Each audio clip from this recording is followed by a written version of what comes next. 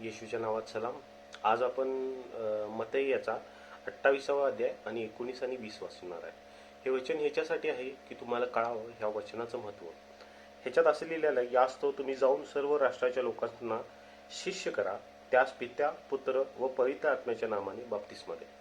आता ह्याच्यात असं म्हटलेलं आहे की पिता पुत्र पवित्र आत्मा ह्या नावाने तुम्ही बाप्तिस्मा द्या.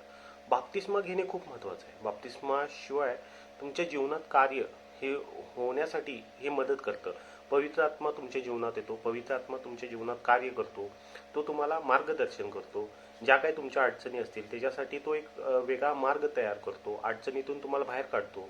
जसं की म्हणतो, मृत्यूच्या ह्याच्या दरीतून मी जात असलो तरी तो तुला कधी एकटा सोडणार नाही, तुझ्या कडेवर तुझी काठी तुला धीर देते, असं हे वचन आहे. या वचनाद्वारेच आपण विचार करूया. समजा मी तुम्हाला एक एक्झाम्पल देतो.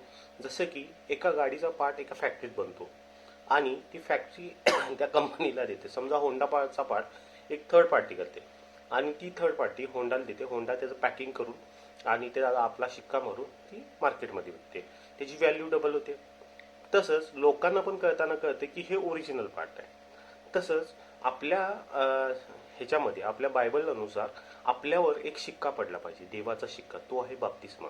बाप्तिस्मा घेतल्याशिवाय तुम्हाला देवाच्या राज्यात येणे खूप कठीण आहे आणि बाप्तिस्म्याशिवाय तुमच्यामध्ये पवित्र आत्मा येणे हेही कठीण आहे. त्यामुळे बाप्तिस्मा घेणे खूप महत्त्वाचं आहे आणि हे बाप्तिस्मा तुम्ही बायबल पूर्ण अभ्यास करून घ्या.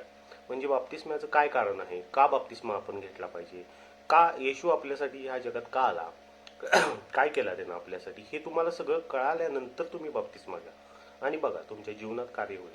आजचं हे वचन तुमच्यासाठी आहे, स्वीकारा आणि ह्या वचनाला तुमच्या जीवनात अनुग्रह करा. आणि ज्यांनी कोणी बाप्तिस्मा घेतला नाही त्या सर्वांनी तुम्ही बाप्तिस्मा घ्या आणि येशूमध्ये चालण्यासाठी तुम्ही सज्ज व्हा. येशू तुमच्या सोबत चालण्यासाठी सज्ज आहे. तर हे वचन आहे, हे स्वीकारा. आम्ही